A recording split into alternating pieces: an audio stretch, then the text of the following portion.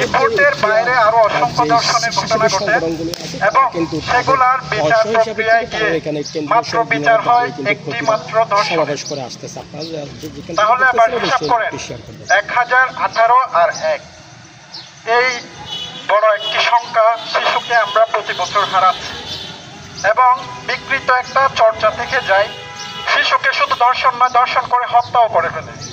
এটা খুবই জঘন্যতম একটি অপরাধ এবং দৈনন্দিন এটা দিনকে দিন আমরা হচ্ছে যে একটি সামাজিক অপরাধ হিসেবে এটা বৃদ্ধি পাচ্ছে। জাতিসংঘের যে শিশু অধিকার সনদ আছে এখানেও বলা আছে প্রতিটা শিশুরই নিরাপত্তা, সুরক্ষা এগুলা সংশ্লিষ্ট সরকারের দায়িত্ব, কর্তব্য এবং সার্বজনীন যে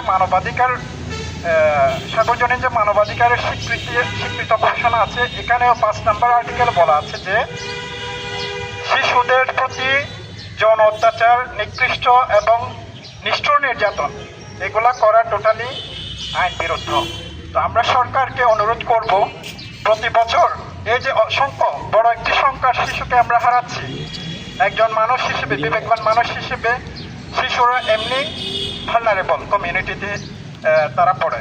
তো আমাদের একজন বিবেকবান মানুষ হিসেবে এটাই বোঝা উচিত শিশুকে সুরক্ষা দেওয়া আমাদের সবারই দায়িত্ব। আমাদের নিজ নিজ অবস্থান থেকে আমরা এই শিশুর প্রতি যে ধর্ষণ, এই ন্যাক্কারজনক ঘটনার বিরুদ্ধে আমরা সোচ্চার আওয়াজ তুলতে চাই এবং উকিয়া টেকনাফের সামাজিক সংগঠনগুলোর মাধ্যমে আমরা একটা কালেকটিভ ভয়েস রেজ করতে চাই সরকারকে যে দ্রুততম সময়ে এই বিচার কার্যকর করা হোক। যেহেতু আসামি অলরেডি 164 স্টেটমেন্ট দিয়ে দিছে এবং শিশুর জন্য ট্রাইব্যুনাল রয়েছে যে বিচার করার জন্য, দ্রুততম সময়ে আমরা এই বিচারের দাবি জানাচ্ছি এবং এই বিচারের মাধ্যমে সরকারকে বিশ্বাস অর্জন করার জন্য সারা বাংলাদেশে আমরা উদাত্ত আহ্বান জানাচ্ছি যে সরকার আসলে পারে প্রকৃত একটি শিশু ধর্ষণের বিচার করতে। ধন্যবাদ সবাইকে।